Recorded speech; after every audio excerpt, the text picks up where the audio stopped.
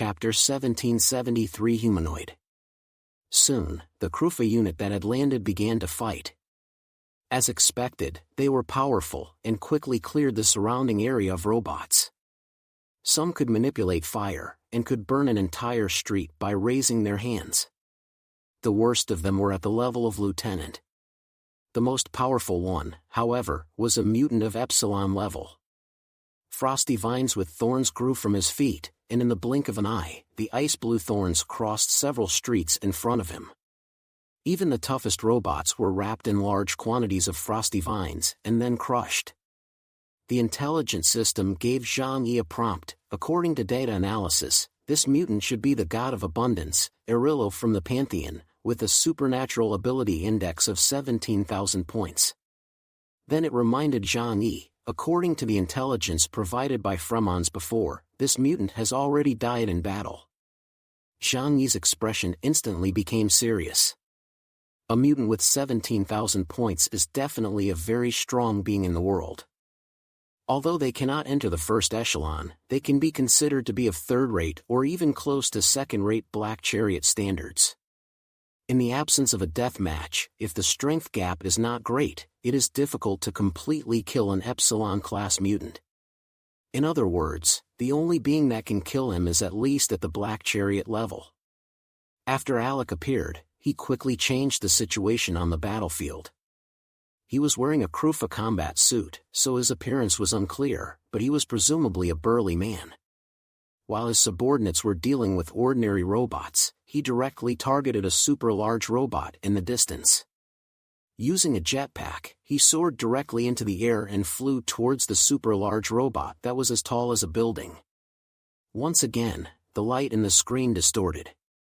Zhang Yi clearly saw an enormous frost tree rising from the ground.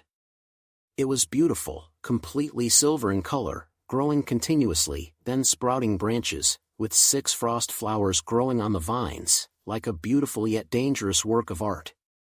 A large number of frost thorn vines shot towards the super-large robot. The supersized robot sensed the enemy approaching. A yellow energy ray shot out from a gun port somewhere on its body, instantly blasting the vines to pieces. Frost flowers were flying all over the place, but Alec's attacks did not stop. He stood at the top of the giant frost tree, controlling it to attack continuously. As long as his supernatural powers were not exhausted, thorny vines made of frost would continue to be generated. Mutants with ice and snow powers are the most blessed group of ability users in this era. Countless vines shot out like sharp swords towards the supersized robot. Doors opened one after the other on the robot's body, shooting out beams of laser that collided with them. Facing the 17,000-point White Chariot level Epsilon, it was actually not losing at all. At this moment, a sharp whistling sound rang out in the sky. A huge missile, trailing a long tail, was directly aimed at the super-large robot. The intelligence system gave Zhang Yi a prompt. This was one of Fremon's most powerful missiles, the St. Peter III missile. However, what followed next made Zhang Yi's brow furrow. The huge missile avoided the intercepting energy ray with a strange trajectory and was about to hit the super-large robot. But at this time, it seemed to have hit something that wasn't there, and its forward momentum came to a sudden stop, before it exploded in mid-air. The intense explosion triggered a terrifying shockwave, and the view in the screen once again became blurry. It was a long time before the picture returned. However, the supersized robot, which should have been hit by the missile, was not damaged in the slightest. Zhang Yi immediately made a judgment. It's a special energy force field, similar to the mutant's supernatural shield or the telekinesis shield of the ability user. The source of all forces is the same, which is the Big Bang at the beginning of the universe. Therefore, it is not difficult to understand that the invisible force field of the robot or the supernatural shield of the mutant with different attributes is essentially the same thing. Zhang Yi's surprise comes from the fact that this mechanical civilization has developed technology to such a level. Their robots are completely on par with, and even surpass, the combat power of mutants. But at this moment, Zhang Yi's attention was suddenly drawn to another corner of the screen. he saw something even more terrifying, causing his amber pupils to shrink rapidly. Arillo, who had originally been standing at the top of the frost tree, was now being held by the neck in midair. His body had lost all strength, and he looked like a dead dog. When Zhang Yi saw what was choking Arillo's neck, he finally understood why Ling had looked so at a loss for words when she mentioned a humanoid creature. It was an extremely strange existence. It was. Because its lower body had 6 spider-like limbs. It is completely black, a color that seems to absorb even light, so that it is even a little blurry in the picture, making it impossible to see its full appearance. Its body radiates a mesmerizing darkness, and has a luster that is purely metallic. Its arms, torso, and the 6 limbs are all made of metal. But in the middle of the black, there are pieces of something like crystals that are bright red like blood.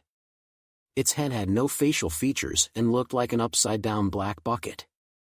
At first glance, it looked like a snowman made by a clumsily skilled child. But such a humanoid-like thing had, in a very short period of time, killed a mutant with a 17,000-point ability index.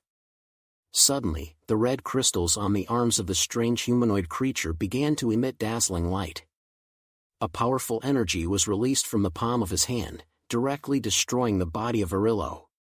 It was destroyed directly, and not broken, but turned to ashes. Only a ball of the purest origin was held in the palm of his hand, and he stored it in some form. The image quickly became blurry at this point, and then there were only snowflakes.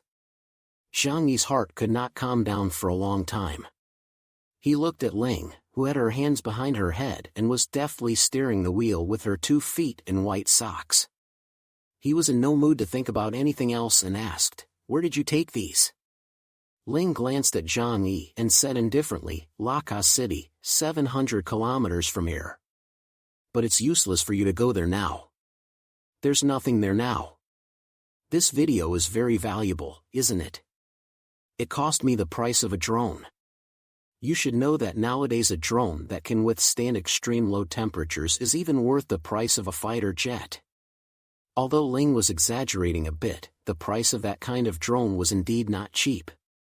She said that just to let Zhang Yi understand that the reward he gave was worth the price. Of course, she would not give this video to just Zhang Yi. Zhang Yi asked, "How long ago was this video taken?" Ling thought for a moment and replied, 5 days ago. Zhang Yi nodded, "Let's go take a look." Judging by the time, the mechanical army would not have stayed in one place for too long. Once they arrived in an area, they would clear the place as efficiently as possible and then start digging. If they had not been heard of moving on after 5 days, they must have already left.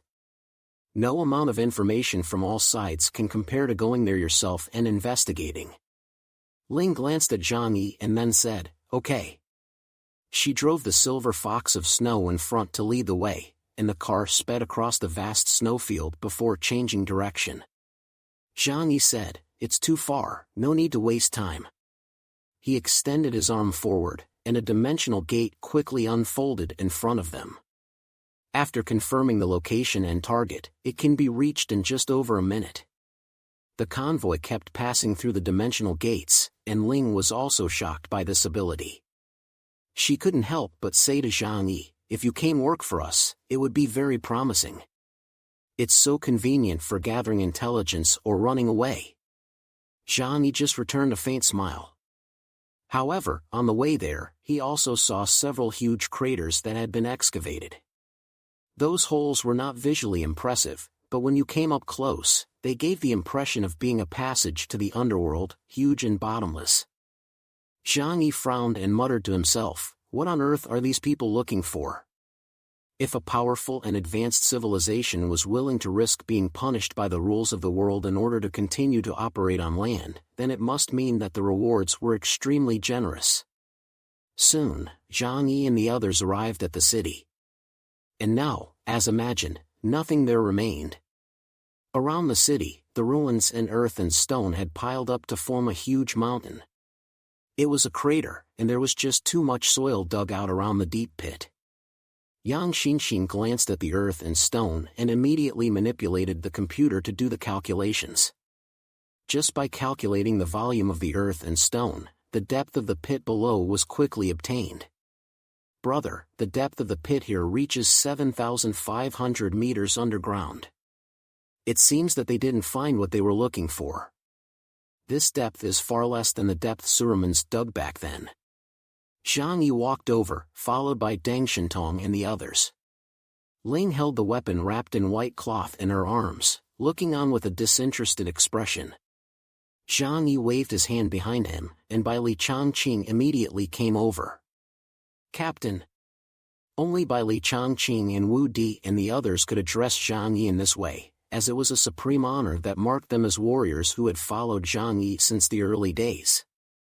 Zhang Yi said indifferently, "Search all the surrounding areas.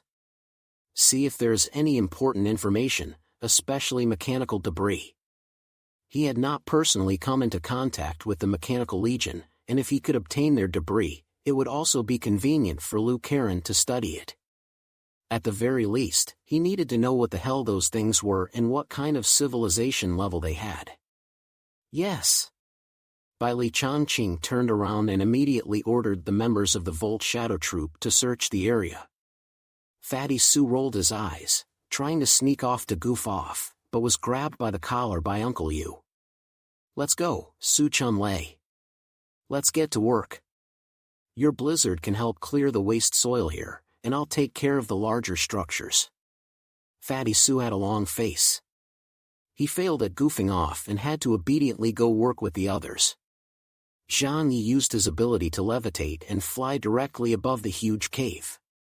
This cave had a diameter of up to 200 kilometers and a depth of 7,500 meters. With the current level of civilization and technology in the human world, it would probably take years to excavate such a cave. Of course, if there was a mutant of Epsilon level who could control the Earth, such as Zongyue or Maharaga, it would be much easier. But it would be absolutely impossible to complete such a large project in just 5 days. Advanced civilization. Zhang Yi muttered softly, then opened everything under heaven to protect his body before plummeting straight down into the pit. "Chaos, wait for me." Deng Shintong activated the flight propulsion device of his combat suit and followed closely behind, while he activated his ability, and dazzling light burst forth from his body, illuminating the surrounding abyss. The two of them continued their descent, in a vertical pit that was dug at a perfectly straight angle. Zhang Yi did not use the space shuffle, for fear of missing any detail. Soon, he saw the complex structure beneath the ground, the rock strata from ancient times, and even the dark coal seams. There was a huge amount of coal buried deep underground, all the way from 3,000 meters below ground, and it was all there for the taking. However, the legions of machines did not care about such resources, and there were no signs of excavation. Zhang Yi did not rush to collect these resources, because along the way down, he saw many other special mineral deposits, all of which were very precious metals. It's not energy or minerals that are needed. Then what is it? Zhang Yi's doubts deepened, while Deng Shintong, who was following him, was already overwhelmed by what he had seen. With so many resources, if we take them back, they'll be enough to last Blizzard City for months. At times like this, he actually looks like a poor man who has never seen the world in front of Zhang Yi. Zhang Yi doesn't say anything in return. He continues on his way down, and finally arrives at the bottom of the cave not long after. At the bottom is an incredibly tough rock formation, but it has also been flattened by the machine, forming a huge platform with a diameter of 200 kilometers. Standing here, people seem particularly small. If you didn't know any better, you'd think someone was going to build a coliseum here. Deng Shintong then descended and was also shocked to see such a platform. They're not going to build a base here, are they? The foundation is already laid. I guess it's just the machinery completing the task as instructed. He looked around, and the intelligent system of the submarine dragon armor had already filmed all the sites here. They didn't find what they were looking for here, and they didn't leave any traces behind. It was very clean.